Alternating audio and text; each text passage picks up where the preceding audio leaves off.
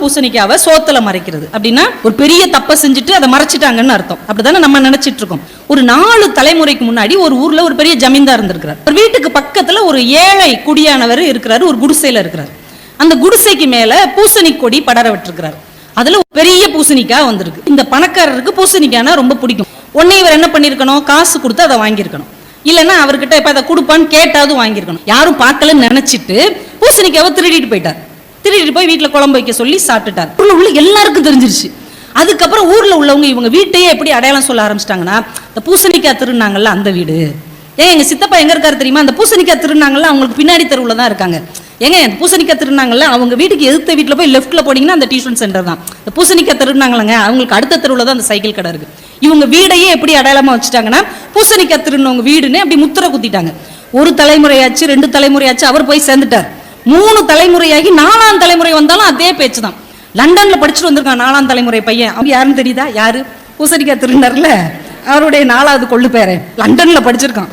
அவனுக்கு வாழ்க்கையே வெறுத்துருச்சு. என்னையா என்னைக்கோ ஒருத்தர் யாருன்னே எனக்கு தெரியாது, அவர் செஞ்ச தப்புக்கு என்னையும் இந்த பூசணிக்காய் விரட்டிட்டே வருதே அப்படின்னு ரொம்ப வெறுத்து போய் அவங்க ஊருக்கு ஒரு பெரிய மனிதர், ஒரு துறவி மாதிரி ஒருத்தர் வந்திருக்கிறார். அவர்கிட்ட போய் இவன் கேட்டிருக்கான், இதுல இருந்து எப்படி தப்பிக்கிறது அப்படின்னு. உடனே அந்த பெரியவர் சொல்லியிருக்கிறாரு, டெய்லி ஒரு 10 பேருக்கு சாப்பாடு போட முடியுமா இலவசமா? 50 பேருக்கு சாப்பாடு போடுறேன், தாராளமா போடுறோம், வசதி இருக்கு. சரி, இன்னையில இருந்து ஒரு 50-60 பேருக்கு மத்தியான சாப்பாடு இலவசமா போடு அப்படின்ட்டார். உடனே இவர் ஊரை கூட்டி எல்லாரும் மத்தியானம் நம்ம வீட்டில் வந்து சாப்பிட்டுருங்க, டெய்லி சாப்பாடு 50 பேருக்கு, ஆதரவு இல்லாதவங்களுக்கு, அனாதைகளுக்கு, ஏழைகளுக்கு இலவச சாப்பாடுன்ட்டார். டெய்லி அவங்க வீட்டில் மத்தியானம் 50 பேர் 60 பேர் எல்லாம் போய் சாப்பிட்டுட்டு இருக்காங்க. 10 நாள் தான் ஆயிருக்கு, 10 நாள் தான். அதுக்கப்புறம் அவங்க வீடு என்ன சொல்லியிருக்காங்க, டெய்லி சோறு போடுவாங்களங்க, அவங்க வீட்டுக்கு பின்னாடி தான் எங்க பெரியப்பா இருக்காரு.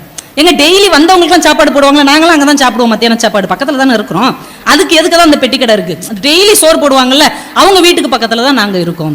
10 நாள்ல பூசணிக்காய் திருடின வீடு எப்படி ஆயிடுச்சு, டெய்லி சோறு போடுறவங்க வீடா ஆயிடுச்சு. இதுதான் முழு பூசணிக்காவை சோற்றில் மறைத்த கதை. இப்ப எப்பயுமே தீமைகளை தீமைகளால் அழிக்கவே முடியாது, தீமைகளை நன்மை செய்வதன் மூலமாகத்தான் மாற்ற முடியும் என்பதற்காகத்தான் முழு பூசணிக்காவை சோற்றில் மறைச்ச கதை அப்படின்னாங்க.